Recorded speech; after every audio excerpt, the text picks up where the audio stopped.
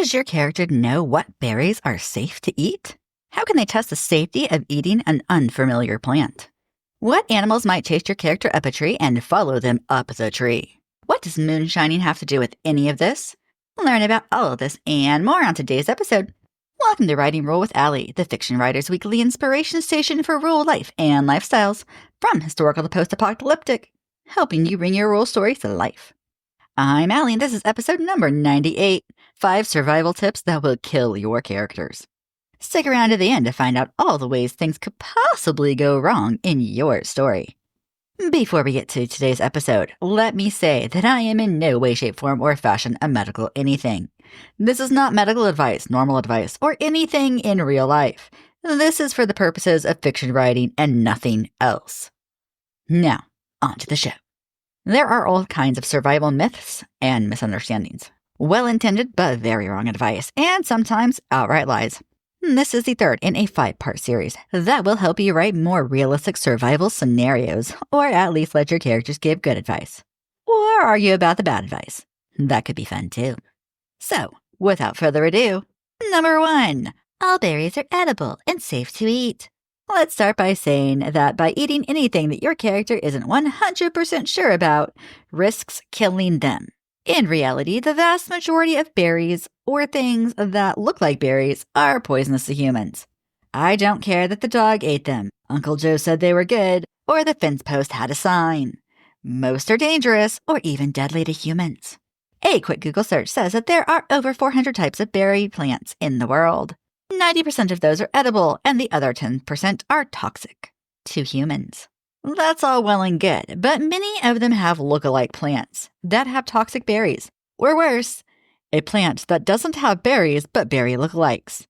Some have up to a dozen look-alike plants. These copycats are not considered real berries and are almost always toxic. The scary part is that the average person won't know the difference between them.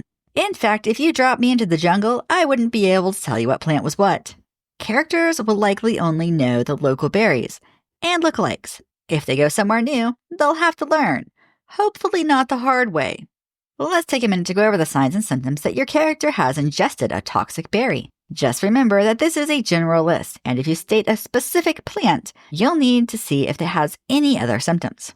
The general symptoms include, but are not limited to, nausea, vomiting, diarrhea, abdominal cramping and pain, dizziness, difficulty breathing, rash or red blotches, headaches, heart palpitations, both irregular and rapid, weakness, fatigue, lethargic, and in extreme cases, seizures. In modern times, at least here in the US, your character would either call 911, get them to the hospital, or in the case that seems minor, they could call poison control. Poison control is a number that you can call to learn more about what to do to treat anything that has been ingested that could be toxic. I learned about this when I was little and tried to eat a battery. I'm sure my parents about had a heart attack because as a parent, I would have. Historically, and in post-apocalyptic settings, they would be eating charcoal. Charcoal tends to absorb the toxins and helps get them out of the body. Also, inducing vomiting would be another thing that they might do. Now, there is a way some survivalists teach to check plants to see if they are safe to eat. First, separate the parts of the plant that they wish to test. The parts are leaves, stems, roots, flowers, seeds, and fruit. Then, pick a part and stick with that while testing. The other parts can be tested after this part is done. For this example, we will say they use leaves. The first thing that they will do is rub the leaves on the wrist or arm and wait a few minutes to see if there is any reaction. If the skin itches, tingles, goes numb, or develops a rash, the leaves are not safe to eat. If it passes the first test, the next part of it is to, if possible, boil them until cooked. Many plants are poisonous to humans when raw, and the cooking will also make it easier to digest the plant. If this is not possible, that's okay. Your character can skip this one if they have to. The next step is to hold the leaf inside the lips for a few minutes. Then, wait a full 15 minutes. If there is any reaction, it is not safe and should be discarded. If there is no reaction, then go to the next step. This is to take a small bite and chew it. Do not let them swallow it yet. They will be checking for flavor. If it is bitter or tastes soapy, spit it out and go no further. These are the signs that it is poisonous. Should it pass all of those, they can then swallow the bite. Then they wait. I know it's crazy, but they have to wait a full 8 hours. Why 8? Because some plants take that long to start showing a reaction to them. This can be a hard time for a starving character, but survival must be their number one priority. If at the end of 8 hours, there is no reaction, the leaves are good to eat. I'm sure your character will be thrilled to have food by that time. Now, they can try the next part of the plant. Although, if it was me, I would find the same plant and get a fresh part to try the next part of the plant. But that's just me. Number 2, you can drink seawater to survive. Let me clarify, when I say seawater, I'm talking about water in the ocean. I get why someone who doesn't know better would believe this. However, this is a horrible idea, especially in a survival situation. The most obvious reason is that it's saltwater. The average level of salt in the seawater is 3.5%, but it varies around the world. Drinking salt can lead to several issues in the human body. You see, salt has to be filtered out of the body by the kidneys. In order for the kidneys to filter the salt, it needs water. This makes a person feel thirsty. If your character is drinking seawater, aka salt water, they are putting more salt in that needs to be filtered out. This puts a heavy strain on the kidneys. To top it off, the body will start to expel more water in an effort to get the salt out. This can quickly lead to losing more fluid than a person is taking in, and that causes dehydration.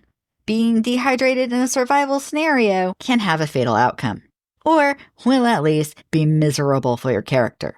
A few signs and symptoms of dehydration are excessive thirst, dry mouth, dark urine, fatigue, dizziness, headache, dry skin, decreased or even no sweat, rapid heart rate, sunken eyes, confusion, lethargic. Another issue that arises with drinking seawater is that the high salt content can cause hypertension in healthy adults or even children. Hypertension is a fancy doctor term for high blood pressure. We all know that it can kill middle-aged men, but according to my doctor, it's also the number one silent killer of women in their 30s, 40s, and 50s. Many times, there are no signs or symptoms that a person is dealing with high blood pressure, but other times, there are. Here are a few of the common signs of high blood pressure. Headaches that are severe or persistent, dizziness, blurred vision, seeing spots or floaters in the eyes, shortness of breath, chest pains, nosebleeds, flushed or red cheeks or face. Yes, I realize some of these symptoms are the same as being dehydrated. This could lead to misunderstandings about what the problem is that they are suffering from. However, since they're drinking salt water, it's possible that they're dealing with both issues at the same time. There are also parasites living in the ocean that can infect your characters if they drink the water that contains them. These can be things that can take years to affect a person, or can be deadly things, like brain-eating amoebas. Okay, I know they have a technical name, but I can't pronounce it. And good news, these parasites can be killed if your character boils the water. And that brings us to another issue, debris and chemicals. Chemicals can't be boiled out of the water, but can be filtered out with a survival filter or modern filtration designed to do so. As for debris, your characters might have to filter this out by pouring it through a shirt or other filter that they make.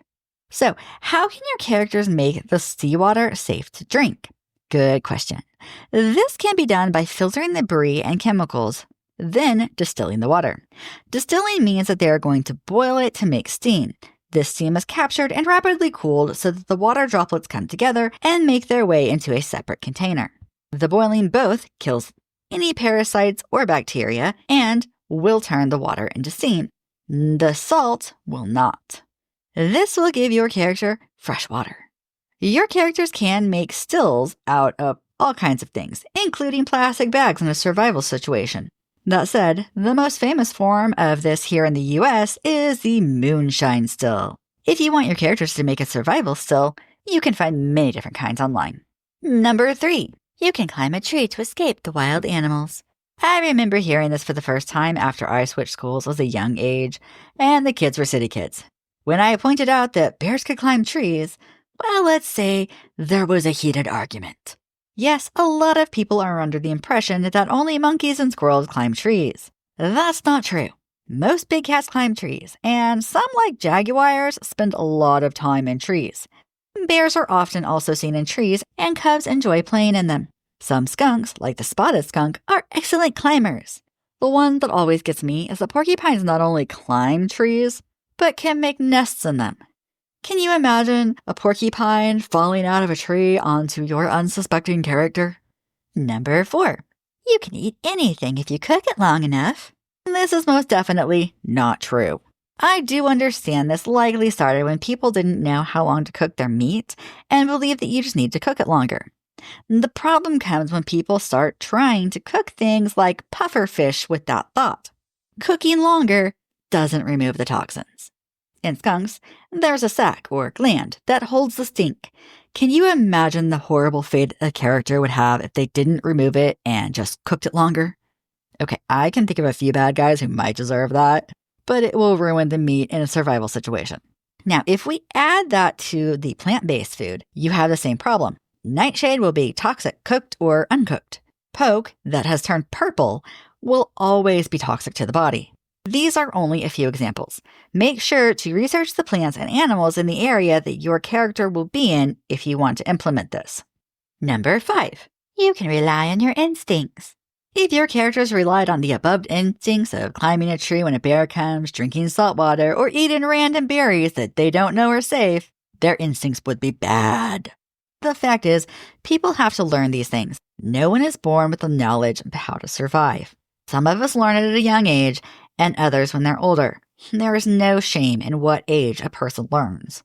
However, foolish people and characters think that they don't need to know but 1 or 2 things, and they will be able to survive in a survival situation. Yet many people thrust into these situations don't know what to do, and learn the hard way or suffer the consequences, which in this case could be deadly. Some of the tricky things that characters can struggle with are things like needing to make a shelter before anything else. Hypothermia happens even in summer if a person is left to the elements. Knowing which way is north. Being mindful of how much daylight is left. It can be very difficult to know in a forest when a person can't see where the sun is in the sky. There are many more, but we don't have the next few hours to list all of them. Be creative. You got this. One quick reminder before we get to all the ways things could possibly go wrong in your story. To help others find this content, pop on over to Apple Podcasts and leave me a review. Or, if you're watching on YouTube, drop me a comment and say hello or ask a question. This is the best way to help others find my content. And now, for everyone's favorite part, what could possibly go wrong in your story? Likely to go wrong. Your character drinks seawater with a high salt content. Soon, they become dehydrated. Also likely to go wrong. Your character thinks they can rely on their instincts in a survival situation. One day, their car breaks down in the middle of nowhere with nothing closer than 30 miles. With no food, no resources, and no knowledge of what to do, they soon find out how ill-advised their lack of knowledge truly is. Possible to go wrong.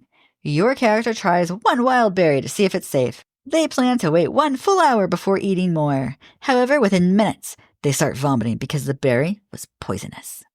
Also possible to go wrong. Your character's car breaks down when they're driving with their friends on a cold winter night. The friends decide to make camp close to the car and see if anyone comes looking for them in the morning. Your character, however, decides they know what is best and stays in the car with the engine running to stay warm. If this causes carbon monoxide to build up inside the car, this could be deadly. Unlikely to go wrong. Your character is thirsty, and all they have is salt water to drink. They drink a lot of it, thinking it will help them. However, this only causes them to become dehydrated quickly. If things continue in this manner, this could be deadly. Also unlikely to go wrong. Your character wants to make sure the wild game is fully done and cooks it 2 hours longer than they needed to. By the time they get to eat it, the meat is little more than jerky on the bone that is dry and hard to remove from the bones. Improbable, but technically still in the realm of possibilities. Your character cooks a skunk with the stink gland still inside of it. As it's cooking, the gland ruptures and the meat is coated in skunk stink, rendering it unedible. Improbable, but still technically in the realm of possibilities. Your character climbs a tree to get away from wolves, only to find there's a skunk in the tree. The skunk is not happy that your character is in their tree. If they stay in the tree, they risk the skunk spraying them. If they get down, the wolves could get them. Thanks for listening. Until next time, happy wordsmithing!